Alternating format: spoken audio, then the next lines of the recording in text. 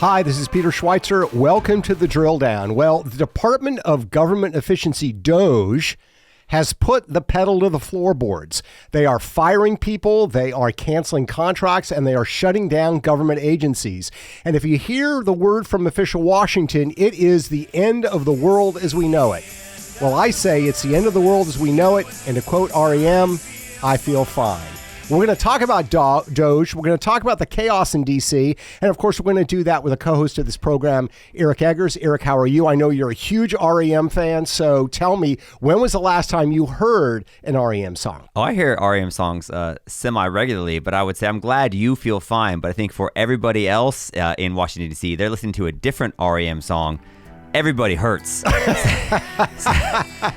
I think they might actually be abandoning their cars in the streets and just walking in this solemn type way as they did in the music video. No, it is crazy. And it's not just that things are happening in Washington, D.C. We have a complete and total meltdown by the media that's covering this. I mean, I think it's one thing to see this happen and be like, okay, so they're making some cuts, they're making some adjustments, but it's been being covered and portrayed in a very different way. You have an analogy, I think, that is interesting to consider, because you say it's one thing if your body's reacting, but what's the analogy you think might explain the reaction to what's happening in D.C. right now? Well, yeah, you use the word cuts, right? Mm-hmm. And that we're talking massive layoff to, ending government agencies. And the question is, if your body gets cut, right? It's going to react. It's going to cause chaos. Your brain's going to say, oh, I'm in pain. I'm under attack. Your muscles are going to contract. Blood is going to start going everywhere. It's going to cause chaos. It's going to cause a disruption. The question is, are you being cut because somebody is stabbing you in a violent attack? Or are you being cut because a surgeon is actually trying to repair something that has happened to your body? And I think the mistake that is being made by a lot of people is that they think that this is actually a crime. What's actually going on is surgery, and it's going to cause a lot of disruption. It's going to cause a lot of chaos, but surgery is good and it's better for the body, and that's where we're heading. The problem is you've got the professional class in Washington, D.C., the politicians and the media who don't want you to think that surgery is taking place because they have a vested interest in protecting what is there. So we're going to talk about that today, about what the reaction has been and what's actually going on below the surface. I like that we're 2 minutes into this podcast and you've already dropped an REM reference and somehow a physiology kind of analogy in terms of what's happening with the government. Yeah. But you're absolutely correct in terms of the way things are being covered. Listen to Caitlin Collins on CNN. I mean, this is someone whose job it is. They're employed by what used to be a credible news network to talk about things in a dispassionate way. Listen to what Caitlin Collins and how they're describing what's happening in the first few weeks of the Donald Trump presidency. We are 3 weeks into the second Trump presidency, 3 weeks, and tonight there are warnings that the U.S. is dangerously close to a constitutional crisis. Now, that's the same people that told us, by the way, that Donald Trump was a threat to democracy. And it is worth pointing out that, I think most people now take, it used to be said we take Donald Trump seriously, but not literally. Right. I think that's now how people literally, but not seriously. Yes. Yeah. Literally, but not. Well, we don't take him literally, but seriously, right? Because you don't believe he's going to do some of the crazy things, but you believe he means, generally speaking, what he plans to do. I don't think people take that literally anymore. Nobody thinks we're actually in a constitutional crisis, but Donald Trump has been quite busy. So in the last 3 weeks, he has signed 75 executive orders, memorandums, or proclamations during his first few weeks in office. 38 of those are executive orders. To put that in some context, only 2 other presidents in modern history have signed 40 or more executive orders in their first 2 weeks, or in the first 100 days in office. Truman had over 50. Joe Biden had over 40, and that's in 100 days. Yeah. Donald Trump's had 38 in 3 weeks. So he has been busy. Yeah, he has been busy. And look, the thing we understand about executive orders is you use executive orders to undo previous executive orders. So all those that Joe Biden signed, which of course undid some of Trump's, are now being countermanded or counteracted by what Donald Trump is doing. This is part of what you want from a vigorous executive. And I think this is the problem. This is the basic problem. Rather than the media saying we just don't share the goals of what Donald Trump wants, they try to couch it up as, well, you can debate what the goals are, but the methods are terrible and they're unconstitutional. When at the same time you had Joe Biden as president, who, openly defied what the Supreme Court had said. I mean, he actually said in social media, the Supreme Court said, I cannot cancel these student loans, but I'm going to ignore them because I'm going to do it anyway because it's the right thing to do. That's what defiance looks like. That's not what Donald Trump has done at all. Well, no, by the way, just to put that in additional context, like Joe Biden was the titular head of the federal government who said those things, but we now have reason to believe that he wasn't maybe, let's call it, in firm command of the steering wheel all the time, right? Right. A decent amount of backseat driving, or so maybe... it wasn't even Joe Biden that was defying the Supreme Court. It could have been anybody. No, exactly. I think it's absolutely fair to say that you have unelected people. I mean, think about this. The criticism of Elon Musk, and we'll talk about what he's doing in DOGE, is like, oh, we have this unelected person in charge, and they're getting access to these things.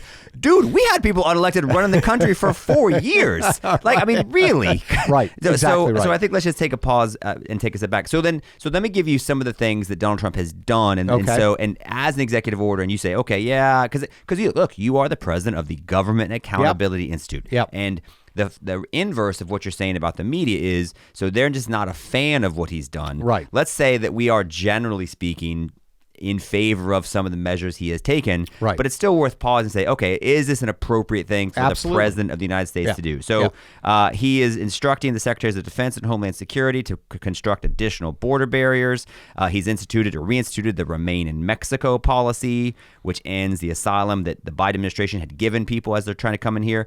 And he's taking aim at ending birthright citizenship. Those are just 3 of the things he's done on the immigration front. Yeah. And so, okay, or constitutional crisis. I think those are all great. Now, there are going to be challenges to the birthright citizenship, right? There already are, yeah. And there already are. And look, that's how the system works. And the point is Trump understands that. And Trump is not just defying the courts. Trump is saying, no, we're going to fight it in the courts. And I think we can win. And that's a particularly interesting case because the argument that's basically being made is that the 14th Amendment, which, talks about people that are within the jurisdiction of the federal government that are born here, are granted citizenship, is being applied to so-called anchor babies, where you literally have these apartment buildings in Southern California where people from China are flying in, lying on their visas with the explicit purpose of giving birth to their child in the United States so they become citizens. Then they fly back to China. They raise the kids in China. And those kids are citizens that can come in the United States and then sponsor their parents to arrive. They're saying that the 14th Amendment, which was passed after the Civil War to make sure that slaves had full citizenship rights, that to me is an abuse, and that's going to be fought in the courts. But those are absolutely legitimate things for an executive to do. And rather than pretending that he's trying to be a dictator, why not just honestly come out and admit and say, yeah, he can do those things. We think it's a terrible idea, and we're going to try to argue it on the merits, rather than saying this is Adolf Hitler with a pen and an executive order. And by the way, we were told it was Adolf Hitler for the last year and a half, 2 years. So the Hitler thing is not new. Before we move on to other things that they've been doing, I just want to go back because you referenced something in the context of birthright citizenship. But if people are sort of passively listening or watching in the background and you didn't hear, you might be confused because we're talking about birthright citizenship and border issues, and then you just started talking about China. Yeah. And I think it's a really big deal because one of the reasons why people listen to this podcast is they hear stuff they won't hear anywhere else. And that is a point that you've just made that I don't think people hear anywhere else. So just say that again. Think about this. We've talked about China. We talked about the DeepSeek stuff and how China's at war with the United States. But just say one more time about how what an issue you might think about has to do with Mexico or South American immigrants who are coming here. But you're talking about Chinese people. And remember, China, we've said, is at war with the United States. They think in terms of dynasties and not years or months or even decades. So what is China doing? Yeah, so there are these birth mills basically in Southern California. These are companies that are set up in China. They have affiliates in the United States, and they advertise. And these are, by the way, geared towards the elite of China. So the people doing this are not dissidents, people who hate the CCP. These are military officers. These are members of the secret police. They, when their wife is pregnant, say, you know what, I want my kid to have U.S. citizenship. And the advertising in China says all the benefits, the government programs, the free education, the fact that your kid, when they become a citizen, can sponsor you and you can move to the United States and get retirement benefits. So they arrange for them to fly to the United States. They lie on their visas saying, no, I'm just coming here to see the Grand Canyon. Then they check into this program. They give birth in the United States, and that child automatically becomes a U.S. citizen based on this broad interpretation of the 14th Amendment. That child then goes back home to China, where they're raised in that communist system, in that communist education system. When they're 18, they're U.S. citizens. They can actually vote in elections. And the problem is, we don't even know how many people this entails. By some estimates, it's 50,000 Chinese nationals a year that are doing it. Do the math. Over a 10-year period, that's 500,000 people that grew up in a communist system that are U.S. citizens that can do whatever they want. That's the sort of thing that birthright citizenship entails. And so back to the surgery metaphor, that's the kind of thing that's maybe not healthy for the body of the country. We need to cut this out. And it's being cut out, and that's among the things that when they take these executive orders, people react to. You had, I mentioned this one, Carol Cadwallader, she's been a reporter for The Guardian in the UK. She's like, this should be on the front page of every newspaper. It's a coup. It's a digital coup. Trump and Musk and these people are coming in, and they're these unelected, and they're trying to take over. And some people say, no, what they're actually doing is protecting the country and putting the country first for the first time. By the way, just your analogy, I love. The good news is this is how we fight back on the Drill Down podcast, because now there's going to be members of the Department of Homeland Security that have listened to this podcast, and they're going to be sitting there at their booth and like, Yang, huh? Oh, the Grand Canyon, yeah? Okay. And now they know.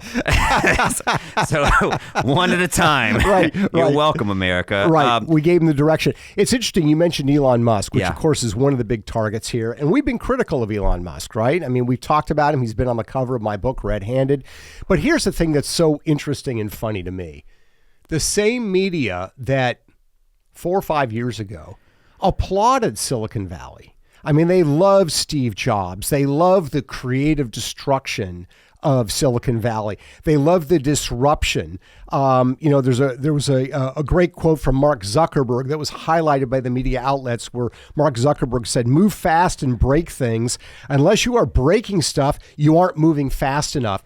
And this was highlighted as this great, innovative, creative industry.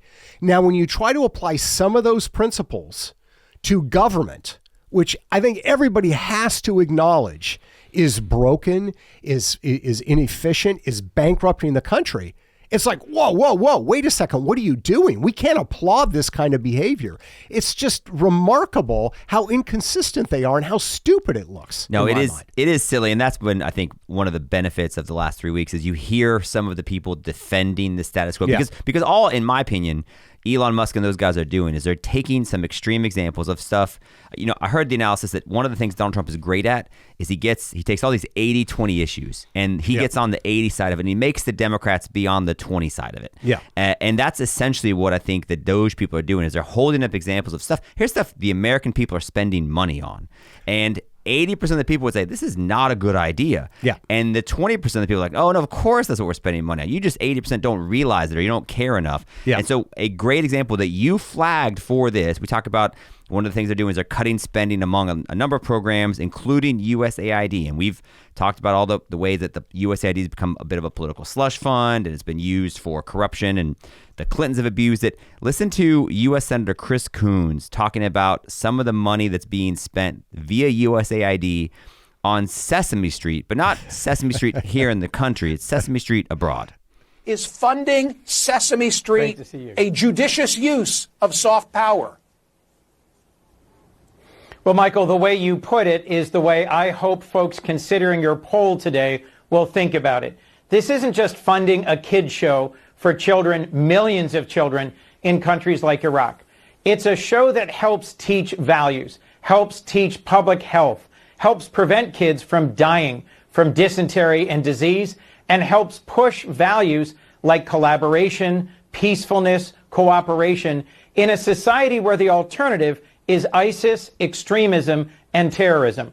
And to your point, it's pennies on the dollar. The U.S. Department of Defense has an annual budget of about $850 billion. USAID was spending about $30 billion. It is a small proportion of our total federal spending. And as Joe and I would often say, it's not just soft power, it's smart power. Let me leave you with one other quote, Michael, if I could. Jim Mattis, who is a 4-star Marine Corps general and Trump's Secretary of Defense in his first term, in a hearing back then said, if you slash development and aid spending, then I'm going to need more bullets for our troops. Yeah, so just to be clear, what is protecting us from jihad? Big Bird. Big Bird. Yeah, Big Bird and Cookie Monster. Don't forget Cookie Monster. Yeah, I mean, this is the absurdity of it. And I think to your point, you're exactly right. This 80-20 issue, people are tired of the waste and of the money that is going, particularly overseas, because guess what? We're broke. We're literally broke. You look at the national debt. You look at where it stands in terms of our entire economy. It's now, I think, 133%. We're going to spend more this year on national debt payments on interest, just on the interest, than on the entire Department of Defense budget. And yet he is going to defend the fact that we're spending millions of dollars translating Sesame Street, paying a licensing fee or whoever with the creators of Sesame Street so it's accessible in Iraq because somehow, little Abdul is going to watch this and because of the Cookie Monster Big Bird is not going to join a jihadist group. It's absolutely patently absurd, and yet they're trying to defend this. I want to give you a hard time about the Abdul reference, but I said Yang on the China thing, so I'm just as guilty. This is what we can do in Trump's America, everybody. We're back. but I do think it's such a ridiculous thing because they're like, oh no, it teaches public health, as if the public health lessons they teach in dang Sesame Street are going to translate over to the Iraqi culture, other Mideastern cultures. I mean, stop it. Right. And that Mattis is saying, well, if we don't have this, then we need more bullets and guns. I think that's another issue that 80% of the American people agree with, by the way. Yeah, we should be funding more bullets and guns and not spending Department of Defense money or soft power money on these other things. But also I reject that premise. I mean, I like a lot of what General Mattis did as a military officer, but to me it's absurd to say it's poverty that causes wars. There are parts of the world that are, terrible in terms of poverty. They don't have wars because they don't have cultural and, let's say, certain religious values like radical Islam that lead to violence. It's a cultural problem. And this idea that, well, people are poor, they're going to go to war, so we need to just send them lots of money and make sure they're not poor, and then they won't go to war with each other is, to me, insulting and absurd. And I just think we ought to reject it. And I think the American people do. Again, the absurd position of defending these programs is where the Democrats have fallen. If they want to do that, I mean, that's their choice. Yeah, $20 million for Sesame Street in Iraq, $2 million for sex changes and LGBT activism in Guatemala. Yeah, $1.5 million to advance DEI in Serbia's workplaces and businesses. I mean, those are the things that the USAID was funding. That's one of the reasons why they paused all that, and we'll see what happens. And I'm wondering how does the sex change stuff in Guatemala? How does that prevent wars? Because they've also had Sesame Street, so they understand public health and hygiene. Everything's safe. Got it. No, yeah, it's absurd. There's no way to defend these programs. And I think that's part of the genius. You have to give credit to Musk and to DOGE and the Trump administration. What government agency do they start with? Not the Department of Education, which, of course, also needs to be reformed. But people will say, well, isn't that in charge of education? This is overseas aid. It's a black hole of corruption. They started there. It's a great place to start, I think, to build momentum and to actually create some disruptive, positive change in the terrible stuff that goes on in D.C. Yeah, I think part of the issue with Elon Musk is less about what they're doing and more about how they're doing it and with whom they're doing it, which we'll get to in a second. But just as far as like the stuff about what they're cutting, you mentioned Department of Education. There's an interesting example of one of the contracts. They just said, wait, we're spending how much on what? Like they're spending $900 million on this service to compile public data so you can compare schools. And like, well, if we lose that, then how can you compare schools across states? And it's like, I do feel like that's still possible. Like, I don't know that you have to be able to do it, but I do think it's worth asking, should there be a conversation or should unelected people be able to come in and unilaterally just like pause that? Yeah. But in addition to the Department of Education cuts that are coming, HHS canceled 62 contracts worth $182 million that were for a number of things, but it included terminating a $168,000 contract for an Anthony Fauci exhibit at the NIH Museum. And DOGE also cut, by the way, $2.3 million contract for a VR training course for the military that taught soldiers how to have difficult conversations about DEI. There's a video out there where it's like the soldiers sit in front of an avatar on the computer screen and they have to have a conversation about DEI. Those are among the things that I think people say, why is the military doing that? That's what, if it's that or bullets and war fighting and just stuff that's like hard power, they'll take that. Yeah, and look, here's the thing that we have to understand is that some of this stuff has been done in the past. People were shocked. Oh, they're trying to, force essentially government workers to retire. They're trying to buy them out. This is just terribly destructive behavior. Guess what? Bill Clinton did that in the 1990s. It was called Reinventing Government. It was run by Al Gore. They did the same thing. They offered buyouts to federal government employees. So some of the stuff has been done before. A lot of it's new, but here's the thing. When was the last time, I would say never, that we've actually seen this much stuff happening? Every presidency comes in and essentially says, we need to cut programs, we need greater efficiency, we need more responsive government spending too much. Every president, even Democrats come in and say that, but nobody ever does it. That's where you got to give Trump credit. He's actually doing it. Now, there's going to be issues sorted out. Courts are going to challenge it. Congress is going to get involved. But the point is, it's actually being done. And I think it's going to actually restore people's faith in government, not diminish it. Democrats keep saying that, this is going to set this terrible precedent.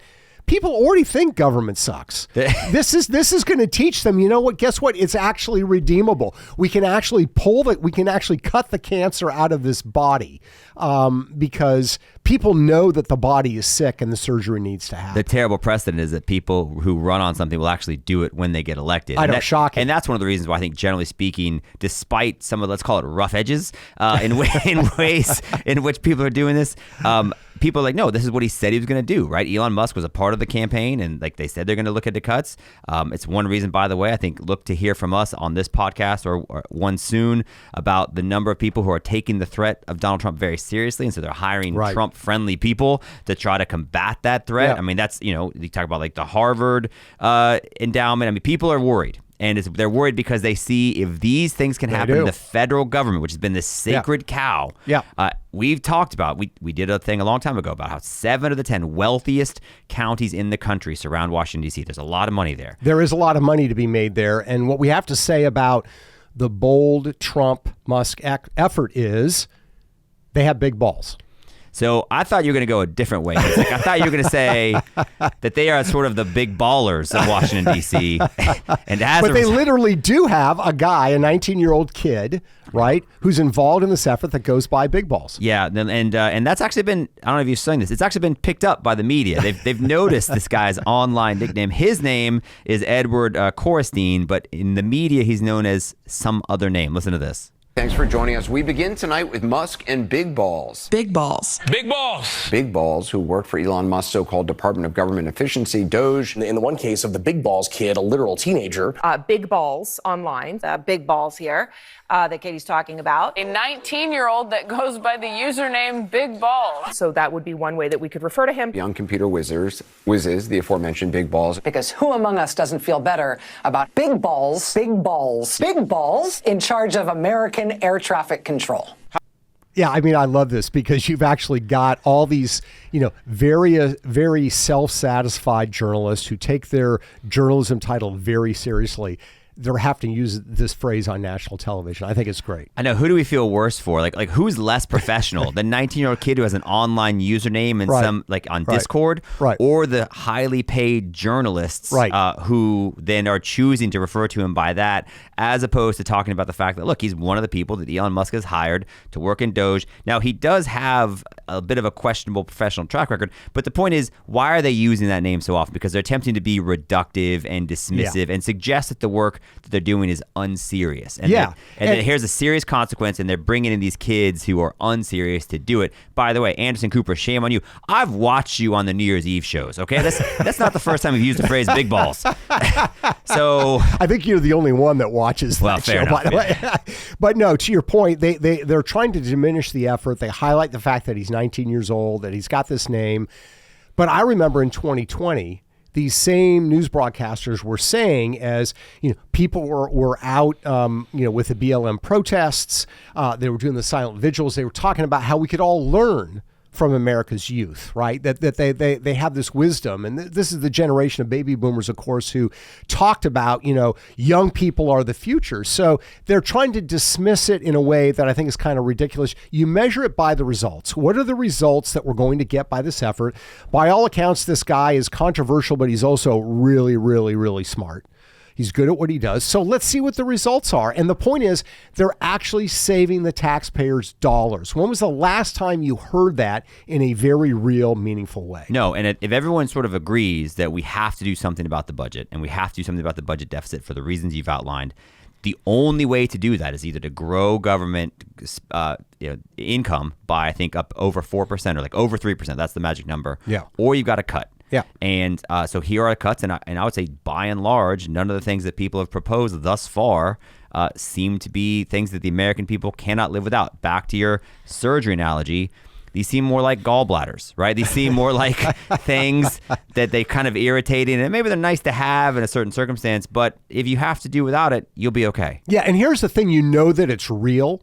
You know that it's real because when Republicans have come in the past, they've said, we've got to cut, but we've got to raise the defense budget, right? Mm-hmm. They didn't want to talk about defense because that was a core issue. They're going after everything.